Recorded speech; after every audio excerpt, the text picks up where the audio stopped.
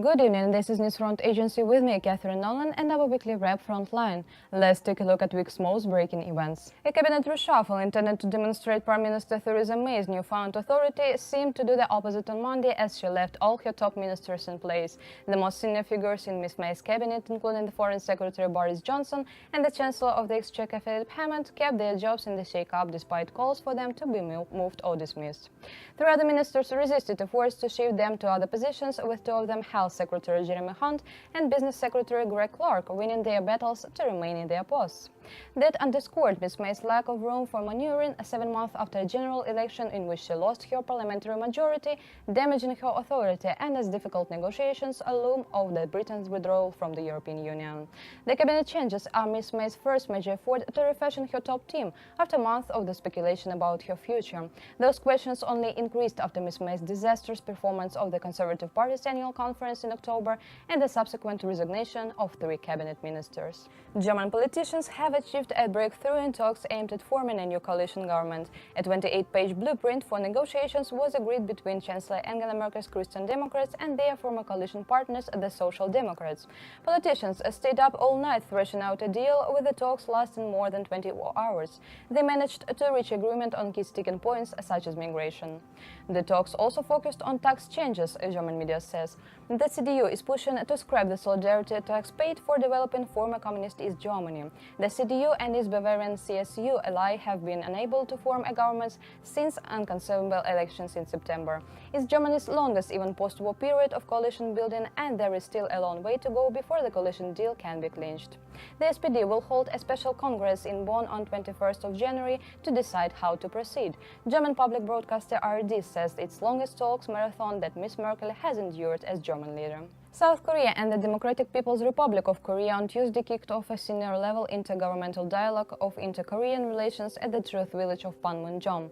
North Korea has accepted South Korea's proposal for official talks in what will be the first high-level contact between the two countries in more than 2 years.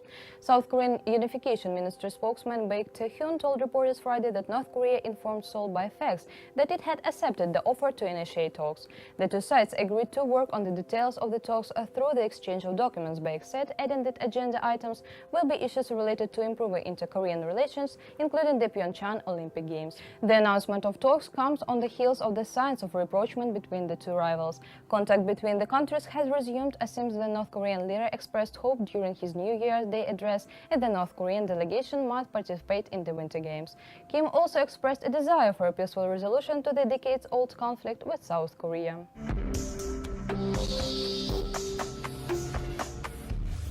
President Donald Trump has reportedly referred to Haiti and African countries as dirty hole countries during a meeting with congressional leaders in the Oval Office. After ideas of restoration projects to help immigrants in Haiti, El Salvador and African countries were floated as a potential part of a bipartisan immigration deal, the president grew frustrated. "Why are we having all these people from dirty hole countries come here?" Mr. Trump asked. Two people briefed on the meeting told the Washington Post. Mr. Trump then reportedly suggested that the United States should instead bring more people from countries like Norway, a country whose prime minister met with the president Wednesday. The members of Congress were meeting with Mr. Trump as a part of efforts to find a solution to America's immigration problems, which Mr. Trump made a central theme of his campaign. Later, Haiti's ambassador to the U.S. has hit back at President Trump after his remarks about the island nation as a dirty hole country. Ambassador Paul Altudo said in an interview with NBC News that Trump's remarks were based on stereotypes and he was either misinformed or miseducated. Altudo called on Trump to clarify his remarks. The Haitian ambassador added later that he had formally requested an explanation from U.S. officials.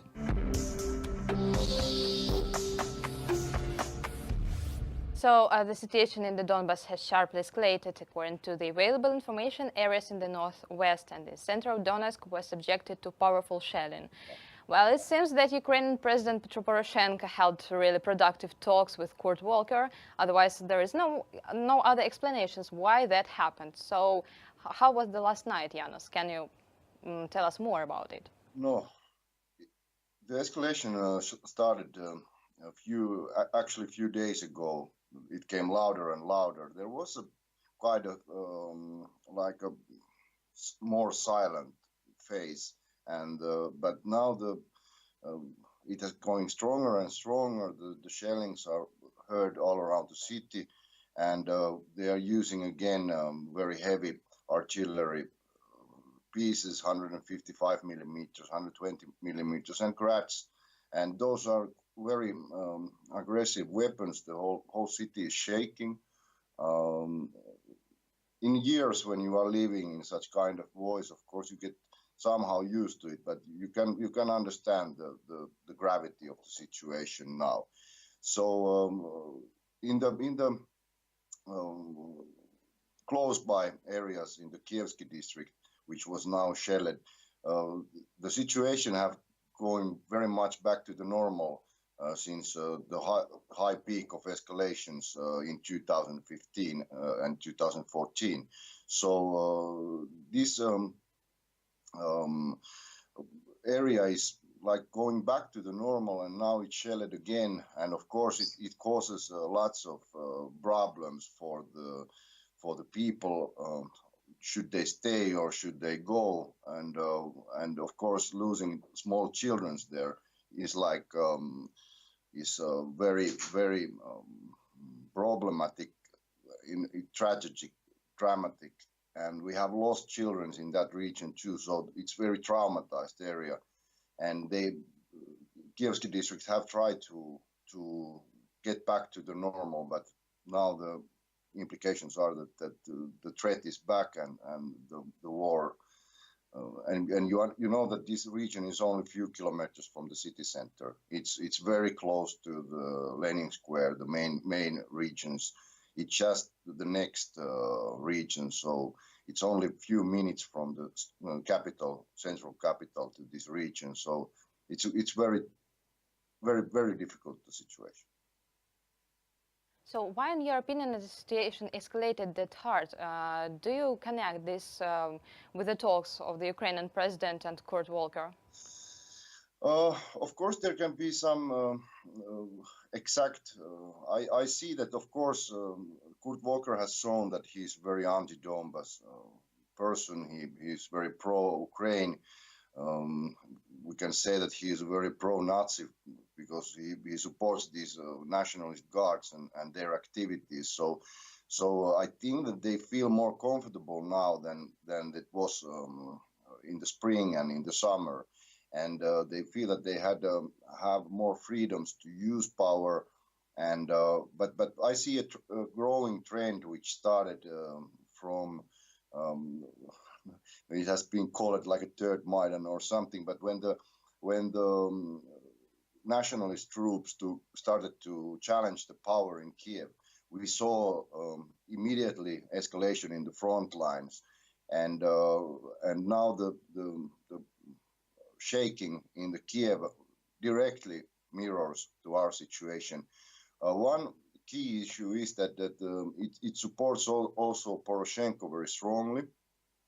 Because the threat that these nationalist battalions, which are mostly behind of these worst war crimes, there is a constant threat that these forces are used in Kiev, and they will pull out from the front line. But if they are in active war operations, then the threat that those forces will show up in Kiev is much more or less. So it's a two side in the same story. It serves the interest of the nationalists, but it's also the Poroshenko's administration get benefit from it. So that's why there is a consensus, and they have been like given totally free light to escalate the situation. And we have seen a growing trend for 2-3 weeks. And it started very much at the same time when the shaking and when the big Nazi torch marches was taking place in Kiev. Then after that, we saw the activation of the front line. And I don't know which headquarter is in charge. Is it the nationalist headquarter or the Poroshenko headquarter, or are they having some kind of same attitude toward the situation? But anyway, we see now dead bodies, we see dead and wounded children, and they are really shelling us heavily to the civilian areas. And that is, of course, a tragedy. It's a state terrorism. and we condemn such kind of things very, very hardly. This is not a war; it's a genocide, and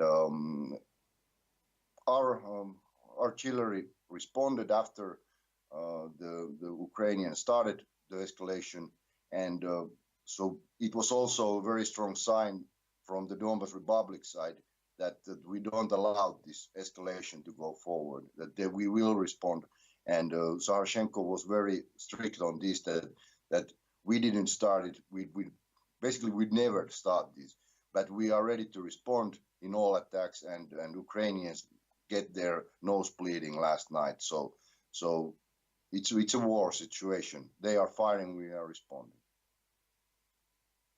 Okay, I'm thankful for your time, for agreeing to comment on the situation there. Well, take care there and have a good day.